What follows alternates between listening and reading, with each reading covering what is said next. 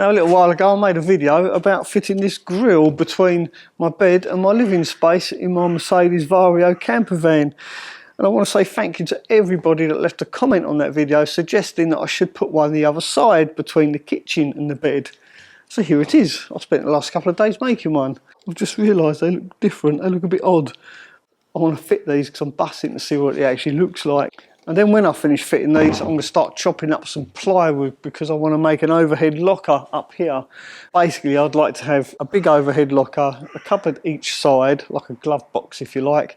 Then in the centre, I'm going to have my dash cam, which is also a reversing camera, and it's a sat nav. It's an all singing, all dancing stereo. But before I fit that, I do need to kind of design a cupboard for it to go in.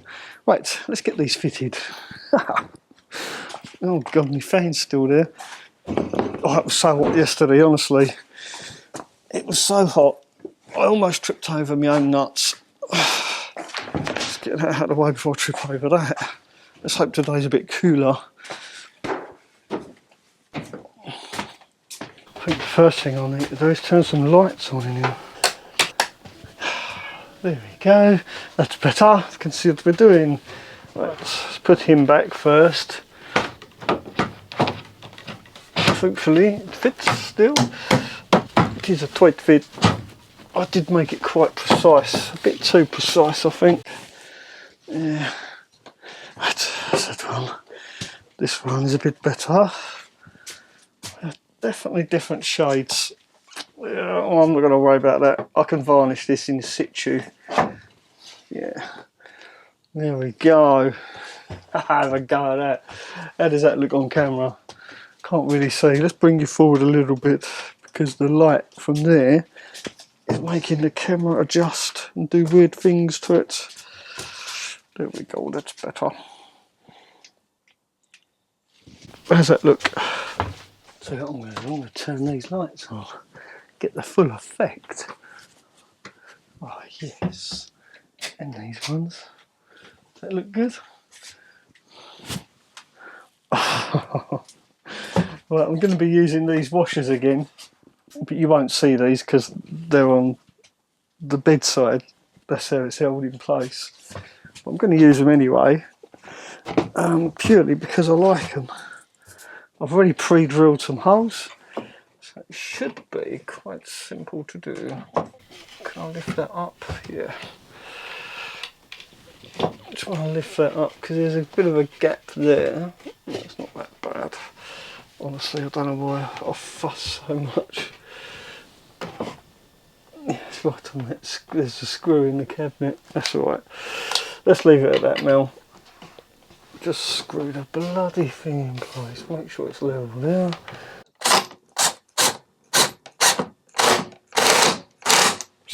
Oh, these cushions are slipping. Miles, your cushions are too slippery. A very good friend of mine gave me these cushions, by the way. Thank you, Miles, for that. He had these, he was saving them for his camper van, but then decided he didn't want to use them, and he got them out of an old caravan, I think it was, he said. And he saved them just in case, and they fit perfect in this. You'd think they were made for it. Unbelievable.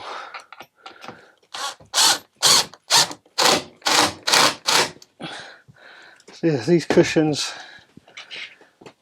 are a bit hard wearing, but then that's all right. They're perfectly fit, so I'm happy with those. Oh, there you go, that is it. It's just those 3 screws that are going to hold this in place, because the bed slats are going to come up against the back of this and hold it. I'm not going to put anything at the front, I'm just going to leave it floating like that. It worked well for this side, so I'm just going to leave it. Right. Actually, let's put these slats back in place now. Use that to nail on. Yeah, nice and tight. Yeah, look at that, perfect. Love it. I'm not going to say love it when a plan comes together, because that's so cliche. Here's my spacer.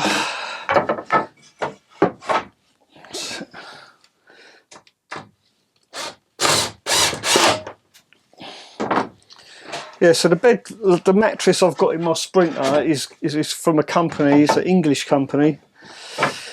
As crazy as that sounds, it's called Latex Sense, and they do really good quality mattresses.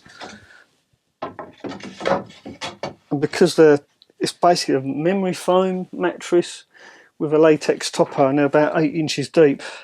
I completely forgot that they were that deep when designing this bed, because these slats really should have been down here. But I've built this so that it is movable. I can adjust the height if I need to. It's getting that fine balance, I guess, like the fine balance between the height of the bed and the ceiling, like the top of the mattress and the ceiling, so you can sit up in bed, but also leaving enough room underneath for storage. After all, I do have a lot of equipment I want to take around with me, including a bike or two. So it's getting that. It's getting it right. To get the height right it's a balancing act, I guess, against practicality. And just getting it right for yourself. Right, so that's my bed back together. That's my grill put down. I think that looks alright. Let's stand back here. Yeah. Nothing wrong with that. Yep, I'm happy with that. I'm very happy with that, actually. Let's put that up there. I'll sit on it. See how high the roof is, you see. I can only just sit up in bed with this cushion. So when I put my 8-inch memory foam latex mattress, yeah, might not be a lot of room. I might have to lower it still, but that's all right. We can do that. I've designed the bed so it is possible to do that.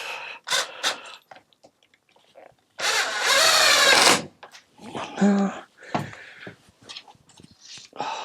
love how this van is coming together now. It's starting to look how I wanted it to look, if that makes sense. It's starting to come together. Won't be long now, and we'll be off on the hunt for treasure and making videos along the way. When I say treasure, I mean every aspect of treasure hunting. I've always fancied prospecting, like looking for gold here in the UK.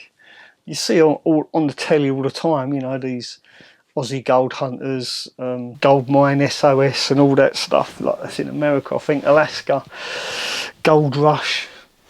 You see all these television programs, and they are, you know, they're enjoyable to watch. But I want to do it myself. I want to have a go. And there is quite a few channels on YouTube showing you there are places in the UK that have got gold. I really fancy having a go at that. So a bit of gold panning, do some beach treasure hunting as well, like looking for lost jewellery, that sort of stuff. It's just the fun of the hunt, I think, more than anything. Anyway, look at that. I can hang my trophies on here. Yeah, I've just ordered some a gold pan and a sluice box and all that stuff. So you put your pay dirt in it and it filters out the gold basically, but we'll make videos about that when the time comes. First, we need to get this van finished. Right, now they're done. I think they're looking good.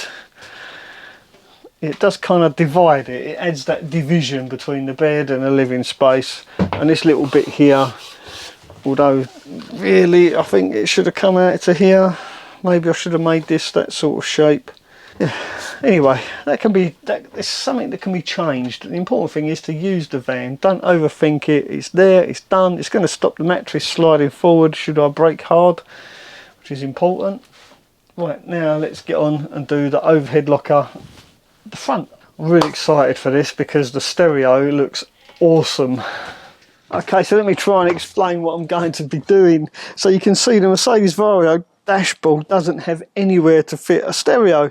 A lot of people fit one of these single DIN cages and screw it to the dash and put their stereos in there. I don't want to do that because up here we've already got a double DIN stereo socket. So it's already got the cables to fit a stereo up here. Also the aerial is up here as well. So there's a little aerial there. And my stereo, I'm using the ATOTO X10. It has a 10-inch screen on it. It's pretty much like a tablet. It's got everything. It's got AirPlay. You can connect your phone to it. It's got a front camera, reversing camera. It's a dash cam. It's even got Wi-Fi. So it's got everything in it. And I want the screen up here between two cupboards. And then I'll have a speaker under there, a speaker under there. And it'll be like basically like a miniature entertainment system, if you like. And I can actually see the screen from my seating area. Not that I really need to, but you get the idea. Because it has got a reversing camera on it, it's just a natural thing to do. When you're sitting and driving, you look up to your mirror. So I'll be looking up at the screen here when I'm reversing. I do want one. I do want a reversing camera in this van because it is quite a large van. Right. But the first thing I need to do actually is check that this is 12 volts and not 24 volts, because this is a 24 volt system in this van. So I'm a little bit worried that this could be 24 volts. Geez, look at the link for that. Don't think I'm going to have any trouble plugging that in. Right. Actually, I could do a test one, couldn't I? I could rest the stereo there. Let's check this first, see if it's 24 volts or 12 volts. Actually, you know what? I think I'll be happy if it works. I've got to turn the ignition on. Yeah, I'll be pleased if it's... Let's connect the battery up.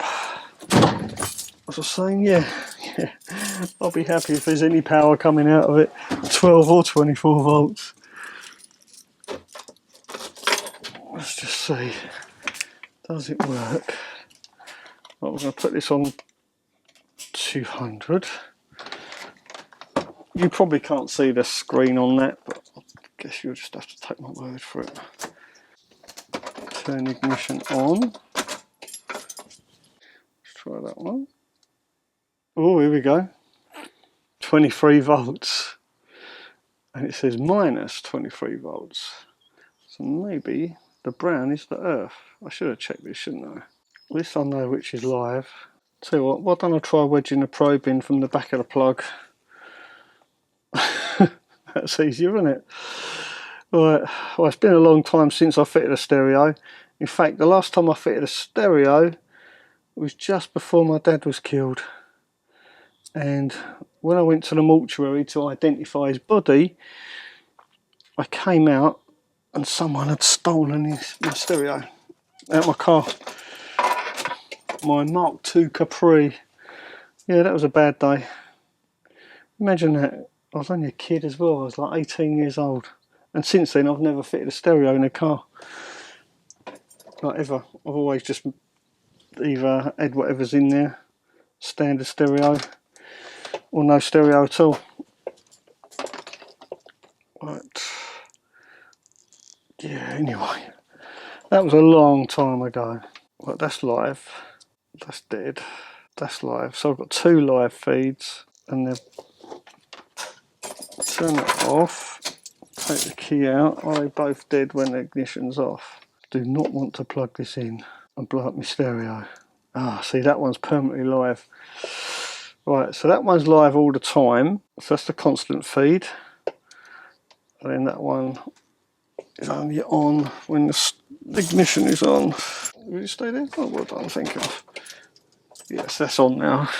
Okay, that's that mystery solved. So because I've got two lives, one when the ignition is on, one when the ignition is off, is permanently live, I actually need two 12 volt reducers. Does that make sense? Yeah. One for each one. Bugger. I know I've got one in stock, as it were, so I need to go and order another one. Okay, so I've gone ahead and I've ordered a 12 volt, a 24 volt to 12 volt reducer. I've ordered 2 of them. I couldn't find the other one I thought I had in stock, so I've actually gone and ordered 2 of them. They're 25 quid each, so that's £50 I've had to spend. Anyway, it's going to be worth it, I'm pretty sure.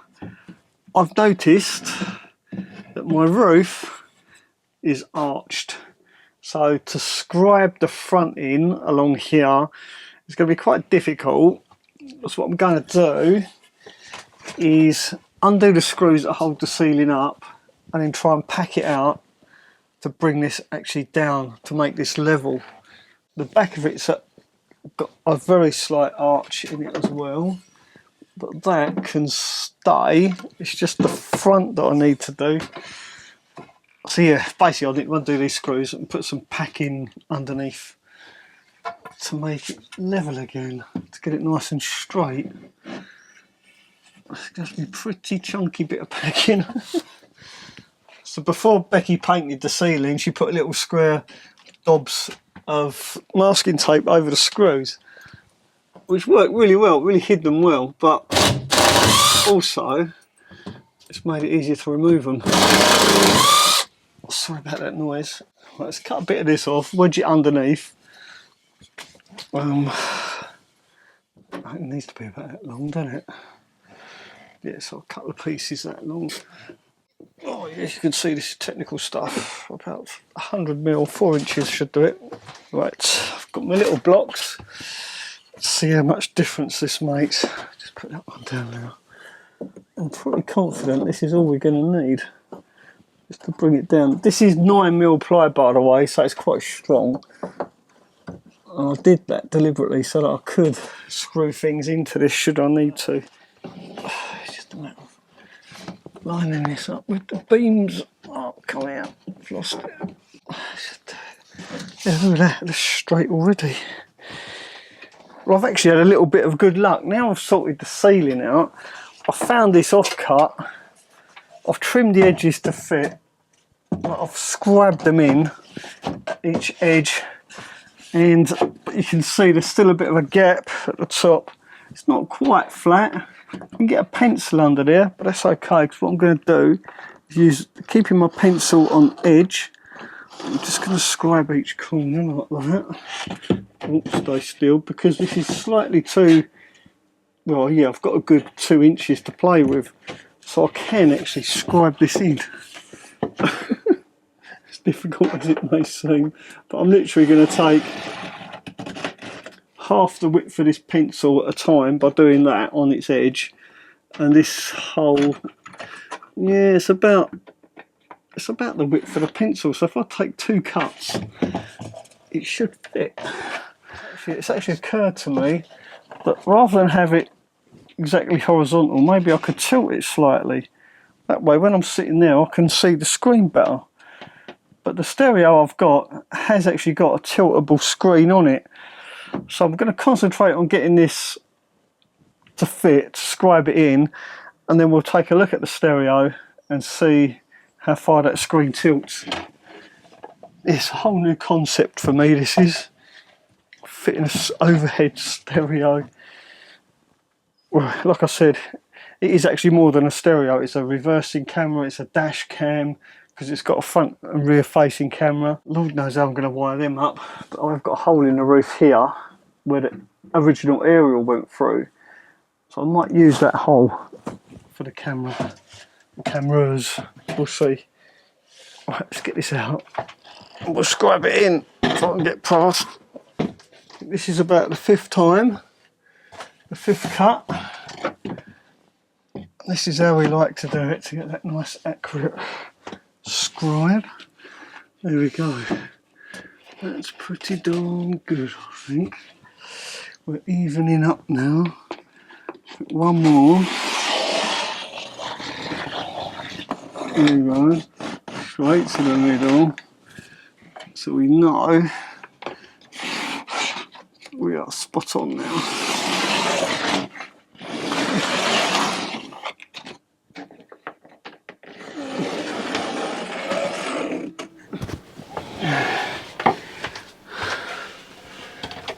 should be it now. This should fit. I hope so, because I'm hot. I'm so hot. I'm tripping over my own balls. Yeah. Perfect. Damn, I'm good at this shit. Yep. Plenty of room behind there to put a button. Yep. We're good. We are good. We are good. Now, do I tilt it slightly? I think it'd be pretty cool if I tilted it, don't you? What do you reckon? Just a slight tilt, not dead straight, just very slight. What I'm going to do is put a pencil mark there, that's it. If I draw a straight line between that mark and that mark, should be alright. It says.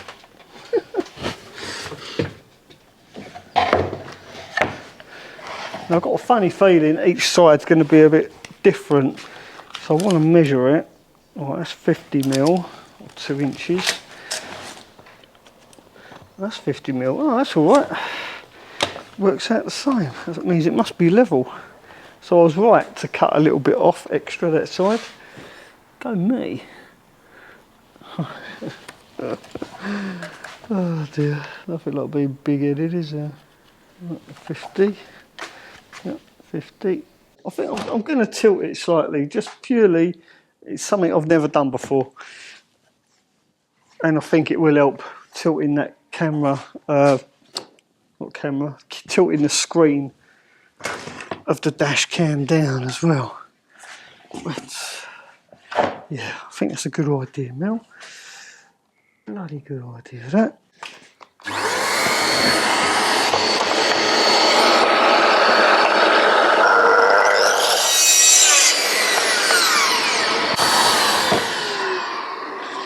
Right, that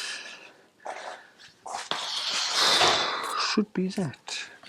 Tidy these little bits up because that's how you get splinters. Plus, it's just messy. Okay, this should fit perfect now. Anyway, I think it was made to measure. I'm happy with that. That's all right. That's good. Yep.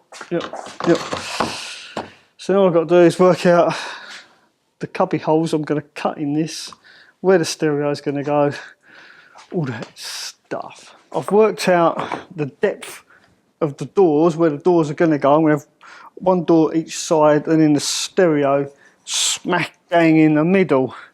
Now the stereo I've got is a single DIN stereo, so technically all I need to do is cut a hole out to fit this cage and the stereo can slide into it. But I'm a little bit weary because I want the doors as wide as I possibly can each side of the stereo, but the stereo front screen is quite big. Let me just actually, so I'm thinking of just using the box, because the box has got this little lip in it here, right? So if I put that on my centre line, I know the stereo is going to be dead in the middle. Right? Does that make sense? And the doors could be as wide as possible, and they're going to clear the front of the stereo screen. After all, the stereo is inside the box, right? So that's how I'm going to work out the width of my doors.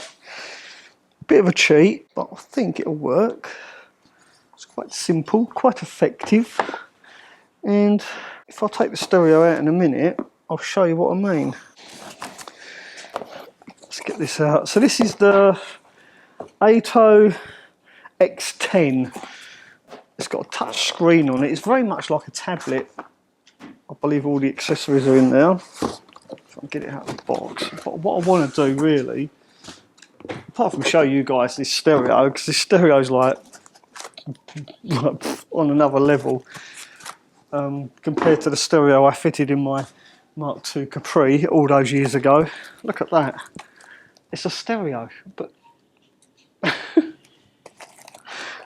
unbelievable. So this has got Bluetooth connectivity. You can actually connect 2 mobile phones to this. You can take phone calls through this. Completely controllable using your mobile phone. It's got satellite GPS, front facing camera, rear facing camera, so you can use it as a dash cam, security camera. You can even put a SIM card in it and use it as a Wi-Fi device. I'm hoping, fingers crossed, I can actually connect my laptop to this and use this as a Wi-Fi router. Don't know if that's possible yet, but I'll go into more detail once I've got it fitted. We'll put this to the test. I just wanted to show you it because, yeah, I'm quite excited. But what I want to do now is to see if I can actually tilt this screen down. Right, so you have to take the screw right out. So there you go, it's got sideways, quite a lot of movement. I'm pleased with that. Yeah, right, let's take these ones out. There we go, yeah. So there you go, look at that. It's got plenty of tilt on it.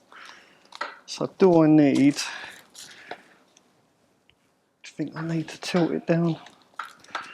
It's not as much as I was hoping for, but then we can tilt it that way as well. You know what I'm going to do? I'm going to mount this cupboard vertical, so I can then tilt that down because you can.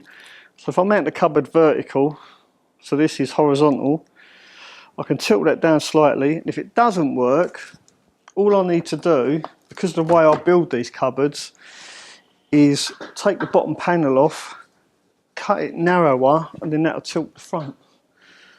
Yeah, that'll work, won't it? But I can't tilt it straight. I can tilt it, yeah, I know what I'm going to do. Basically, I'm just going to build the cupboard, yeah, take a chance on it. Right, so we don't need this now, we can put this away. So there you go, that's the entertainment, security, sat nav, all in one little neat package. I will leave a link in the description of this video to the Amazon storefront where I got this from. But yeah, maybe wait until I've tested it. Go and have a look. Reasonably priced. Let's put that up there out of the way. I also got some speakers off the same company as well. But we'll do a full review once I've actually fitted it. Once I've actually fitted that stereo, then I'll make a video all about it, I think, because I'm quite excited. I'm sure some of you people would appreciate that as well. So if I do that, make a square hole there, that can slot into there. I've marked out where my doors are going to go, pretty much it. So let's work out the centre line. I'll tell you what, this heat is getting to me. Oops.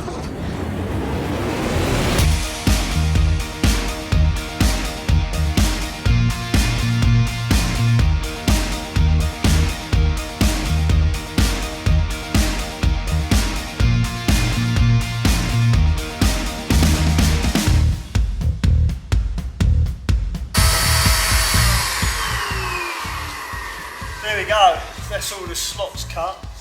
What I need to do now is the verticals. Love the track saw.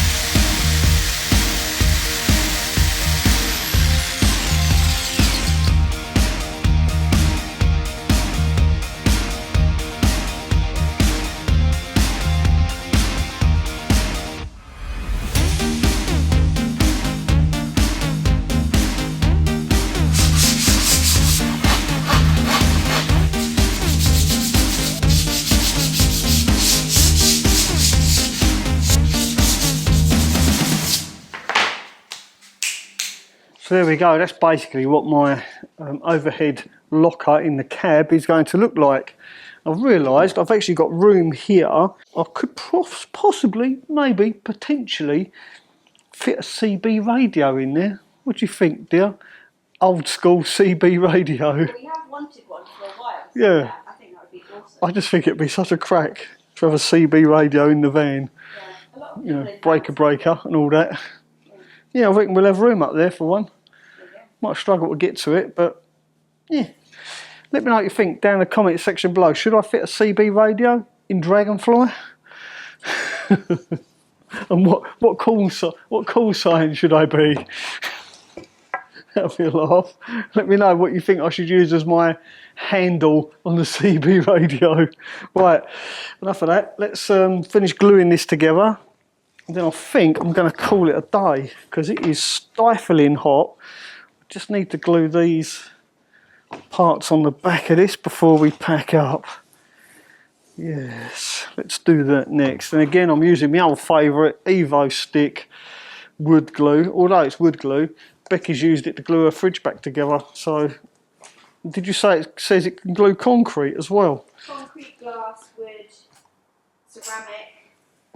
It's a multi-purpose one. I didn't realise that. Well done. Yeah. I know it's strong, that's for sure. Whether or not it can stick it with the fridge being on, though, I don't know. Yeah. Oh, have you turned your fridge on? Yeah. Okay. She's getting ready. Becky's getting ready to escape and venture out into the big wide world in her camper van. Make sure you go check out her channel.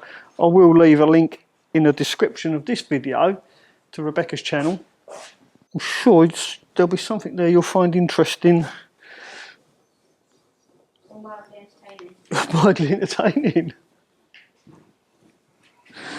Well, I'm going to clamp this into place because it dries really quick. Don't want this to dry out of place.